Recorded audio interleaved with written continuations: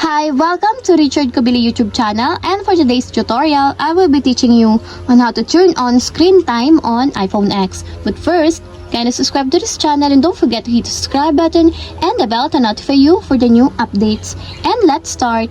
Using your iPhone X, from your home screen first, go to Settings.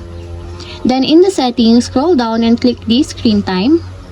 Then after that, in the screen time, you will see a turn on screen time. Then all you have to do is just click it or tap, and a pop-up will appear. Then click the turn on screen time and click the this is my iPhone and wait for a while. And that's it. Your screen time is now already on. And that's it. We have successfully turned on screen time on iPhone X. If you have a question, can you comment down below, and don't forget to hit the subscribe button and the bell to notify you for the new updates. And thank you for watching.